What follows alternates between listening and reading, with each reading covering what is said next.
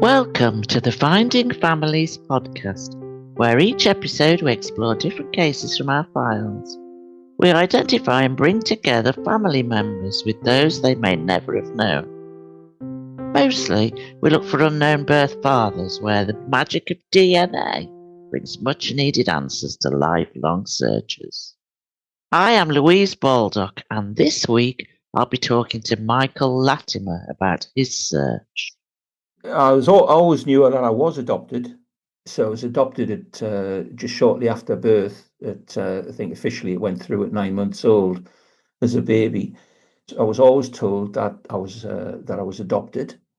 I didn't really understand what that meant. Of course, I must have been about 2 years old, I guess, at the time. Yeah. And I was told I was adopted, and it meant that I was special, and I had been chosen, and really grew up in that knowledge without any more information. So it just grew up, and nothing more was said about it. I have a sister who's also adopted, but she was adopted from a different family. She's younger than me. So grew up knowing that I was adopted, but you feel different, Louise. It's so difficult to explain because I'm looking at it now through the lens of an adult and trying to reinterpret the things that had happened when I was a child. But I can remember everything in detail. So my adopted mother, she told me one or two snippets of information about my adoption, and I didn't want to know anything about it. I said, I don't want to know. I don't know why you're telling me. And she said, well, I just thought, she felt obligated to tell me. And I said, no, you don't need to tell me. And of course, the reason why I didn't want to know was because I didn't want to upset her. And I could see that she was upset about it. Yes. And she told me things that happened at the time of the adoption, where right up until after I was placed with my adoptive parents at 3 months old, the adoption went through at the 9 month stage, and my birth mother had the right to change her mind around the adoption right up until the day that the judge formalized the adoption. And my adoptive mother said it was one of the worst days of her life because she thought that my birth mother was going to take me back. Yeah, she'd have been terrified, wouldn't she? Terrified that, because she'd already had me for a period of a few months. She told me some snippets, some bits and pieces about what happened. So the years rolled by, and prior to 1975, as you probably know, the law was such that you couldn't open your adoption file and find out any information. So 1975 came and I started work, and I didn't think anything about it at the time. I wasn't even aware. I was oblivious. And off I went on my work journey, and probably never would have thought that I would ever have opened my adoption file, but I did. And the circumstances around that were that I left work after a long career in the civil service, after 40 years in the civil service. And there were some personal circumstances attached to that. And it had a dramatic effect, a profound effect on me back in 2016. Something clearly happened inside me, and I was looking for some sort of support or help, and I just felt, it's difficult to really put it into words, but I just felt that I needed to connect and find out who I was. Understand your roots.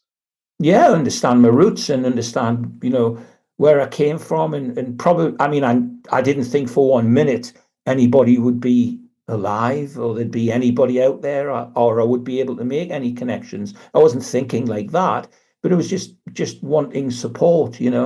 This was back in 2016 and early 2017. I made an approach to the local authority where all the adoption records are held, and asked if I could open my adoption file.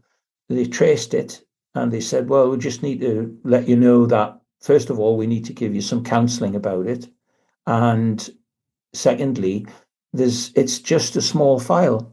So there's not going to be a lot on there. And I was born in the late 50s. So it was common at the time. They said there's very little on the file. And I said, oh, that's fine. Just anything you have, that's fine. So arranged an appointment with an official at the local authority, went along, and what she presented me was just gold. I mean, there wasn't just a little bit of information on the file. There were letters from her birth mother. Wow. She handed me the file. What she said is, what I've done is I've created a synopsis from all the information that we have on record, and I've typed it up, and I've put it in a file for you, and I've copied various certificates that are on there and letters. We are going to retain the copies, but you can have all the originals because they're yours.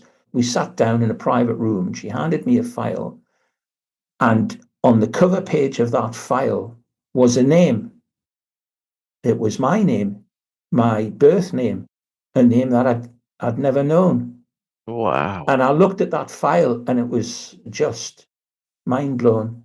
It was, what am I looking at here? And then I realized I was looking at me.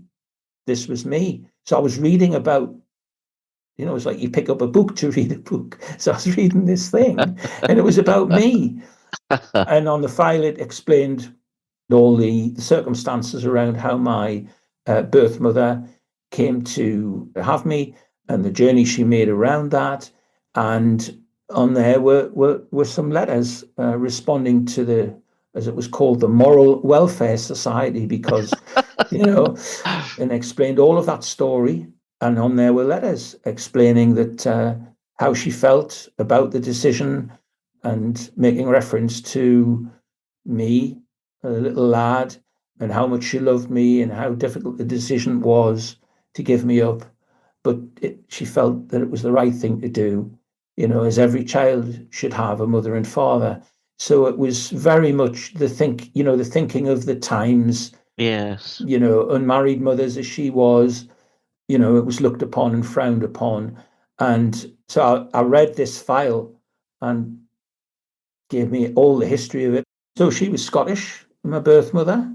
She met my birth father and she knew him for quite a while.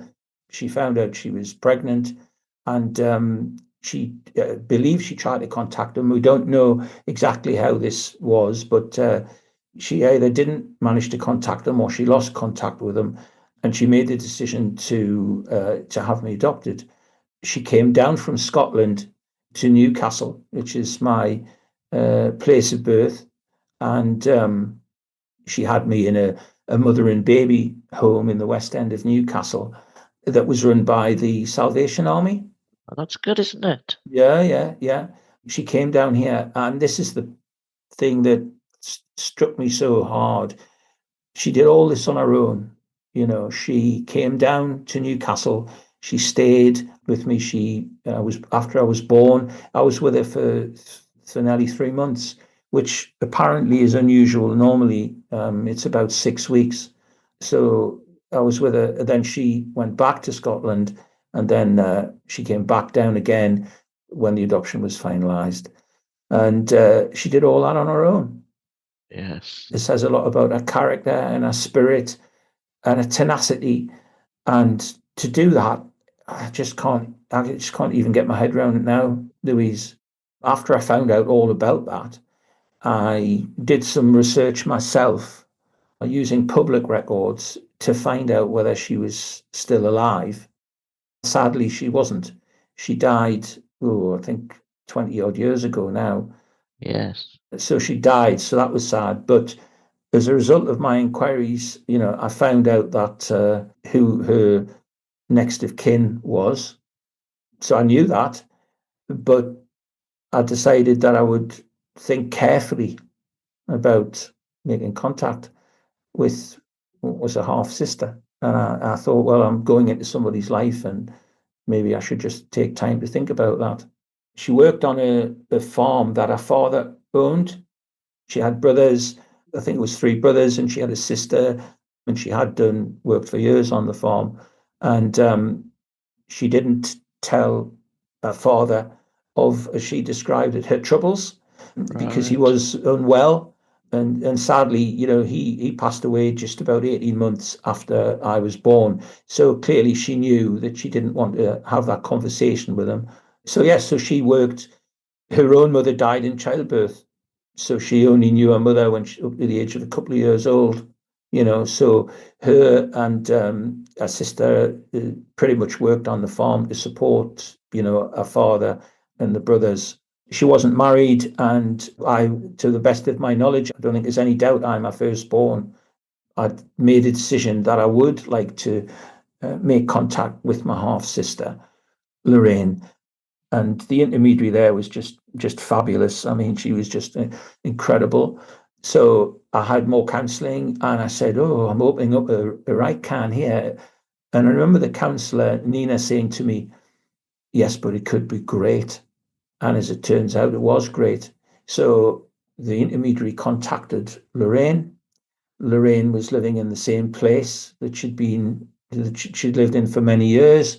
That was on my birth mother's death certificate, and so she sent her a letter, and subsequently Lorraine had said that she didn't know what the letter was all about. She thought it was some sort of scam. She didn't know what was going on, but then she rang up the company and she spoke to the intermediary, Margaret, and Margaret said to her, "Was your mother ever in Newcastle?"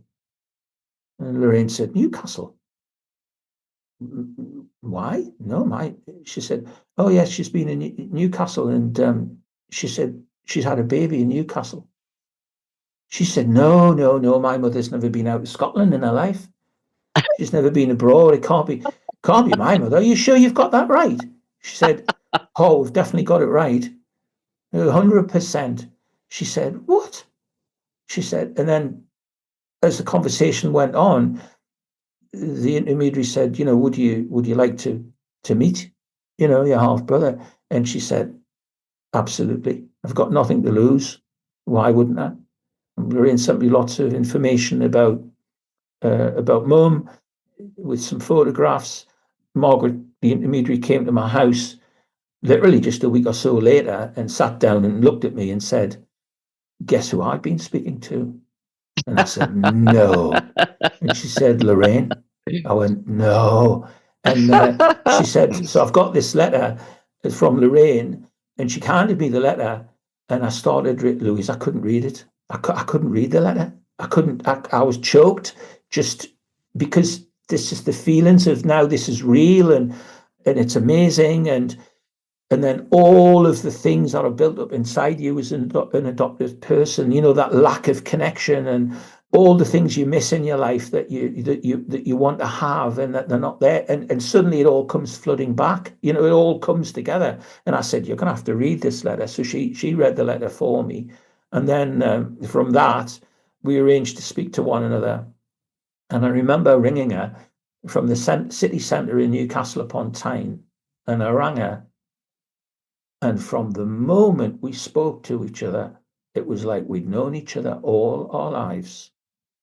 It's amazing, isn't it? I mean, apart from the fact that she speaks with a Scottish accent and I've got a Northeastern accent, apart from that, and it was just incredible.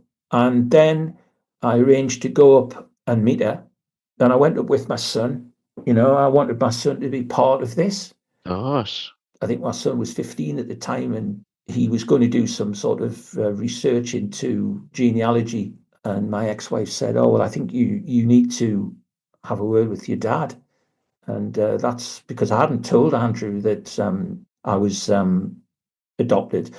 Anyway, I told him as much as I knew about the story, and so really, this is very much not just my story. It's for him. I wanted him to be Of part of it. course. So we went up together to Scotland to meet Lorraine and her husband, and we went up and oh, from the first moment, I mean, I'm getting emotional now just thinking about it. Just the first moment that I met her, and we jumped in our car and she whizzed us around all of the places where Mum lived, the farm that she used to live on this guided tour, and then from there the next part of that little story unfolded, which was that my birth mother had passed away many years ago, but her sister was still alive. And she's a very old lady at the time, and she was a twin sister, Oh, identical. identical twin sister. Oh no, that's amazing, isn't it? I said, well, look, if the family are agreeable, I wonder if I could meet her. And she said, absolutely. She's bedridden, but she's still got her mental faculties. And, no time like the present, really. And I said, right, well, let's arrange that then. So so we did arrange it. Now, COVID came along in February to March 2020, Yes. and we went up and met her on the 1st of February 2020, which I was so pleased that we did. And one of the most incredible moments in my life. And I'm probably starting to get upset thinking about it even now.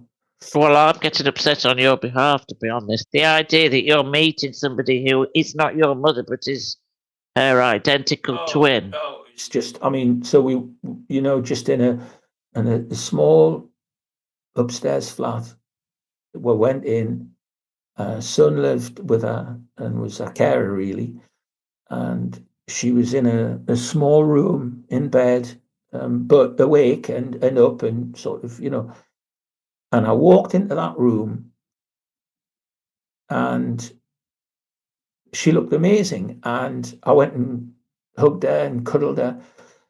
And we sat down, and there was a son and a daughter were there, and Lorraine was there, and my son was there. So we were all in this little room having a conversation. And both her and my birth mother had hearing difficulties. And it was as a result of when they were children, when they put I can't remember what you call it now. It was something that they used to put in the ears to stop them being blocked for earwax. But anyway, what it did was it made them deaf. But she had a small whiteboard by the side of her bed, and she could lip read, obviously, and she could talk, and we would communicate by writing on the whiteboard. So anyway, we all started talking, and it was just amazing. And then we all were in there for a while chatting, and then everybody else went, and I was just left with her, and I was just talking to her, and it's just a joy. She was such a feisty character, really, really full of life and vitality, you know. And I remember saying to her, "You are the closest thing I will ever get to my birth mother." And she just looked at me, and in a Scottish accent that I can't do very well, she said, "You'll no get closer."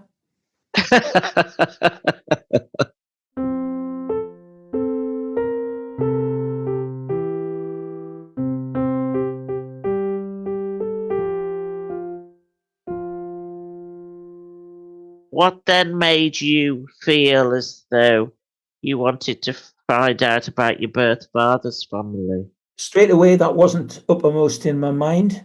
It was really just spending time getting to know Lorraine, which I have done since then, and our relationship is just amazing. It's such a monumental decision. I wanted to just take time, and I wasn't really thinking about my birth father, because I didn't know anything about him other than a couple of references on the adoption file of his age, some references to the fact that he had some brothers and sisters in his family, no name or anything like that that would identify him. So I just thought, well, there's nothing to progress there.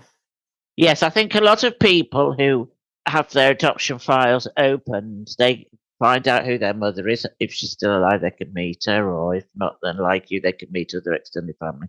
Quite often, adoption folders are silent altogether about fathers. It might say the girl doesn't wish to say who the father is, or it might say the father's name was John Smith and he went to live in Australia the next day. But anyway, the upshot was in the middle of 2022, I started to think about it, and I was watching programs like Long Lost Family, and I must have read it or seen it somewhere around DNA, being able to find relatives through use of DNA. I just dismissed it because I thought, well, even if that were the case, we're going back to the late 50s here. who on earth's going to be giving DNA for somebody like my birth father? I just didn't think it was possible.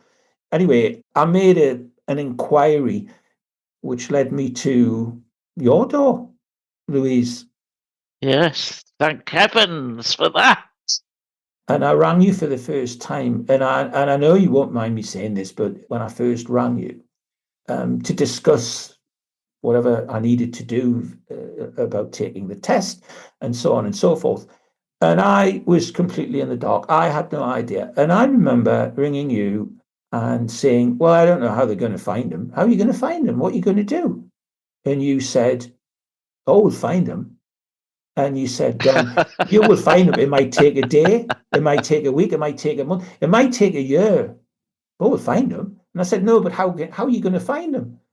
And you said, because we will, because you do your DNA test. And I said, yeah, but there'll be nobody out there. There'll be nobody out there. And you must have, I don't know, you must have been laughing to yourself, thinking, well, little does he know, And and so yeah, so off we went on that journey, and then I got a call from you. I remember you prefaced it with, I've got some good news and I've got some bad news. And I thought, oh, goodness me, what's this? And the good news that you traced some of the lineage, and the bad news was more detective work was needed to actually get to finding out who my birth father was. Well, I was just standing in the street with my head spinning, and suddenly it's brought to life. I think that's a good point for me to just step in for a moment then. So, a lot of people say to me what you said to me. Well, my father's probably not still alive and he's unlikely to have taken a DNA test. So, how's that going to help? Well, the reason it's going to help is that when you take your DNA test, it's put in a very big database. The ancestry test that we recommend, there's 25 million people in that database, and they all kept in it. They're all there forever unless they choose to delete their results. And so your sample is then compared with those 25 million people all around the world, largely people from the West, really, I would say, mostly Americans, British, Irish, Australians, not so many from mainland Europe, but some. And they make a list of everybody that you share DNA with that they find in the database. So the average results, you get something around 500 people that they find in their database that are potentially your fourth cousins or closer who shared DNA with you. So they're your blood relatives, however distant, they are your blood relatives. And they perhaps share DNA with you because you both inherited it from Fred Jones, that was born in 1846 in Cardiff. And a lot of the people in that database have their family tree attached because this is a family history tool that it's become clear you can use to identify unknown family as well as find people that you would already know about. So in your case, when your results came, you'd have had about 500 people who were fourth cousins or closer, third cousins, second cousins, potentially. Very, very occasionally somebody will open their results and it will say somebody's taken a test and they are your father. But I mean, that doesn't happen very often. Sometimes people have a result that says such and such a person is your half brother or your half sister. That actually, people who are donor conceived often find a big heap of people who are half siblings, who are all their donor conceived siblings, who are also looking for their donor, which is quite interesting when they get their results. But mostly you'll find there's a second cousin and a couple of second cousins once removed and a third cousin. Some will have a family tree attached, so somebody like me then can come along and say these people here in this little group are all descended from the same ancestors in the same town, and we can group people together. So you should have, if you've got four grandparents, you should ideally have four little groups of these blood relatives. So then you've got four family names and 4 bits of geography, and eventually you can find that somebody in one group married somebody in a second group, and they had a child who married someone who was a child of the third group and the fourth group. And if that all comes together in a very fortunate way, then you have identified where somebody fits in the world. So in your case, we found 2 particularly strong family lines, one lot from Scotland and one lot from Ireland. I think it was Glasgow and Dublin, in fact. The 2 sides had married. So a Glaswegian had married a Dubliner. So I can remember saying to you, these 2 people, Andrew and Margaret, are your grandparents.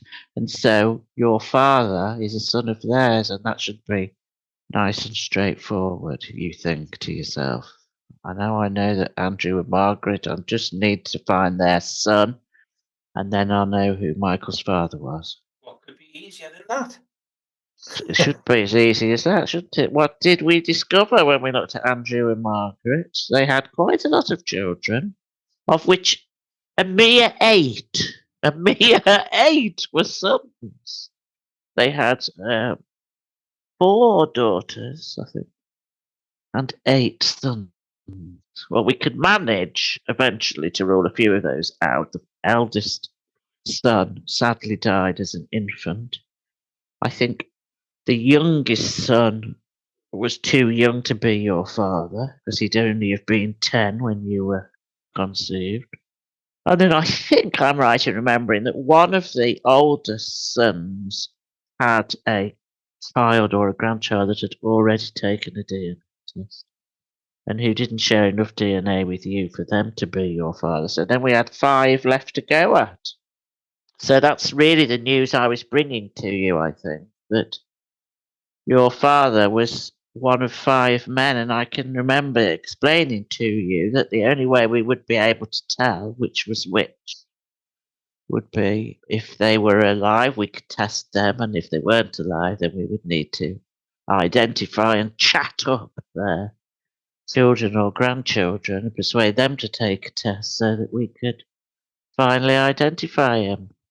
I remember when you first told me about the link to the grandparents, even that, just the words of someone saying to you, there's a connection.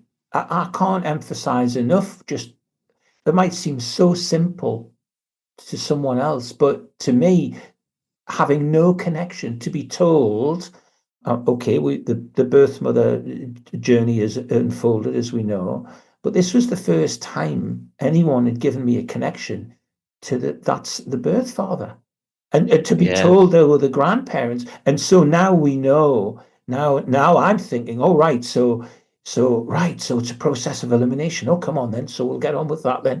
Right, okay. So come on then. And you're like, okay, well, hang on. We've and I'm like, okay, I'm ready to go. I've started the engine. Where are we going? We're off. But and you're like, well, hang on. We're going to work through this thing, right? Okay. So yeah. So we started to work through it, didn't we? Yes, and of course you had to go to an intermediary because we Yes, don't provide post-adoption intermediary services. that's right. I went to Glesney, who, well, I've just had the pleasure, I have to say, and I can honestly say this unreservedly, that through yourself, the support I've had beyond the immediate things that you do, but the support you and Glesney and the other intermediary Margaret gave me, and advice and support has been superb. Absolutely, amazing people doing amazing jobs, I have to say. And so I went to Glesney and then started the process of sifting through all of these names and pinning the tail on the donkey. Was it what's that Yes, expression? Pinning trying to sort yes, of nail it all down, and away we went. And there were some false starts, weren't there? There were some false yes. dawns. Some people didn't reply, probably because they just couldn't understand what they were getting through the post and what the connections were. There are a lot of people who, like when your Lorraine first heard from Margaret, they think, "Oh, this is all a scam. What's all this? This is rubbish. Yeah, My father couldn't have taken a DNA test. What's all this nonsense?" And yeah. so everybody doesn't always respond to approaches.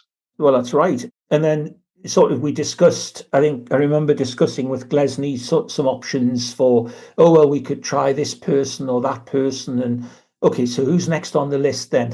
So the next one was potential half sister or a cousin. We went out to this lady and asked her if she would take a DNA test.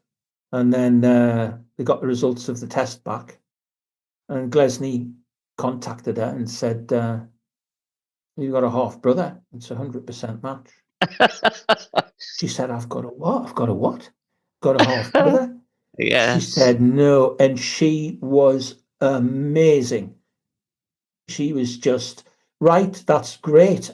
Yeah, I want to meet him. Yes. Oh, I'm excited. And it turned out that there's quite a large family on that side. I have two half brothers. I have three half sisters. And from that, similar to Lorraine, we spoke and she rang me up and we had a conversation and it was amazing. And as a result of which, she came down to visit me with her husband. I then went up to visit and stay with her with my son. And then I have to tell you, Louise, she said, "Oh, I've got a few people want to meet you." And I said, "Oh, okay." So she said, "You won't be overwhelmed by it." I said, "Oh, no, no, it's fine. No, that's bring it on." I said. So we went up, we were in a house, and then everybody turned up. All my brothers, all my sisters, all their children. And it was like a tornado had hit the house. They were all coming in and we were all cuddling each other and we were all and then we sat and we shared stories and it was just, and then my eldest brother invited us all, the family, to the brothers and sisters and my son, and invited us to his house for dinner the following day. And we spent the evening, and it was one of, if not the most incredible evening of my life. The man himself is an amazing guy, and they all welcomed me into the family with open arms. They didn't know anything at all about me, my existence.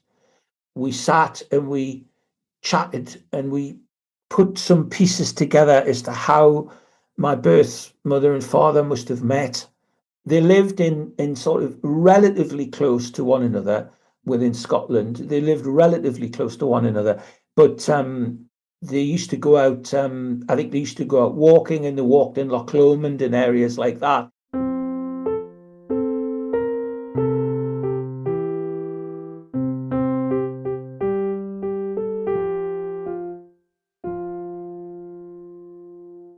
I'm aiming to go back up this year. I've been invited back up, and they sent me photographs of my birth father, and I haven't any baby photographs of myself.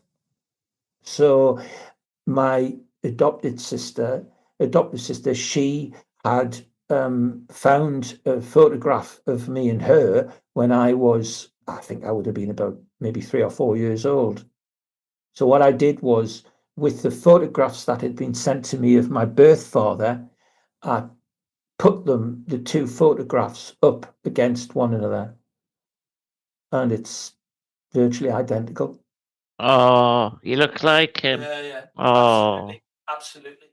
But just to say that when we were at my eldest brother's house and we were all there, and they said, "Right, well, we need a family photograph, and come on, everybody get lined up." One of them said, "Stand in order. Now come on, we're going to go from left to right, oldest to youngest. So you're there. Come on." They said, "Get yourself in there. That's your slot." And then it took the photographs of us all. And honestly, you can just see the resemblance. It's just there.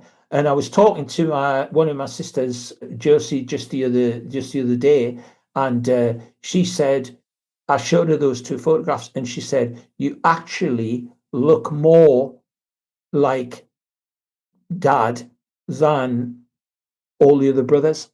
Wow, that's amazing, isn't it?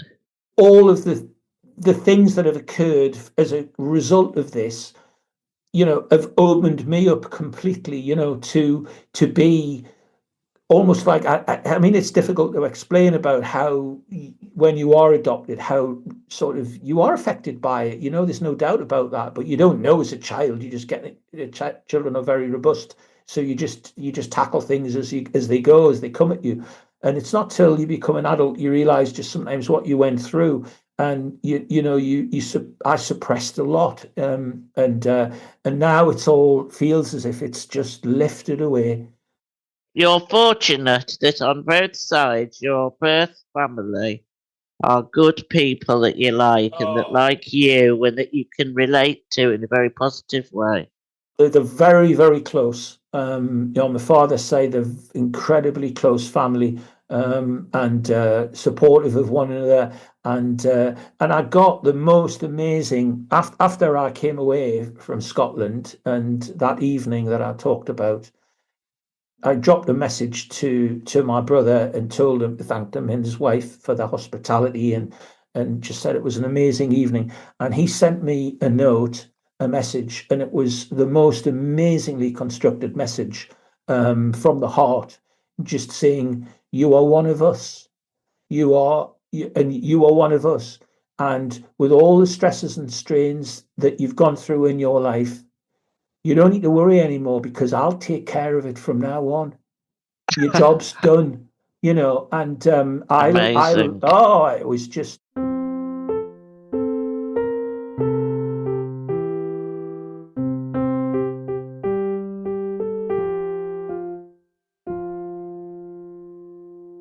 to come back to your point about the search. I mean, you're more like a detective agency than I had no idea of how you actually went about doing what you did from that DNA and piecing it all together. Even if you did get pieces of, I mean, how do you? I mean, you explained it before there, and but putting It's records magic. To together. be Well, it honest, is. it's like magic. I often think it's an amazing thing. Well, we know what DNA is. It's the thing that determines whether you have curly hair. It's the thing that determines whether you're good at music or whether your index finger is longer than your ring finger. Yes, it is all of those things, but it's also inherited from your ancestors. And once you know who else has got some, who else has got that little bit on chromosome 14, the same as you? Oh, right, well, that person then is a blood relative from the same ancestor. That's what I think is so amazing about DNA. We carry all of our ancestors within our DNA. Once you find enough people that you share it with to crack the mystery of who those ancestors all are. And there's so much happened, and it's all been amazing. And yeah, I'm just so pleased I've done it. And I'm absolutely over the moon that I've chosen the people or been guided towards the people that I have used, i.e., yourself and Glesney and Margaret, because your job extends not just to crunching the numbers and the data, but also dealing with the sensitivities that arise from that as well. So thank you. I think it's lovely, and I would want to say thank you very much for doing this with me.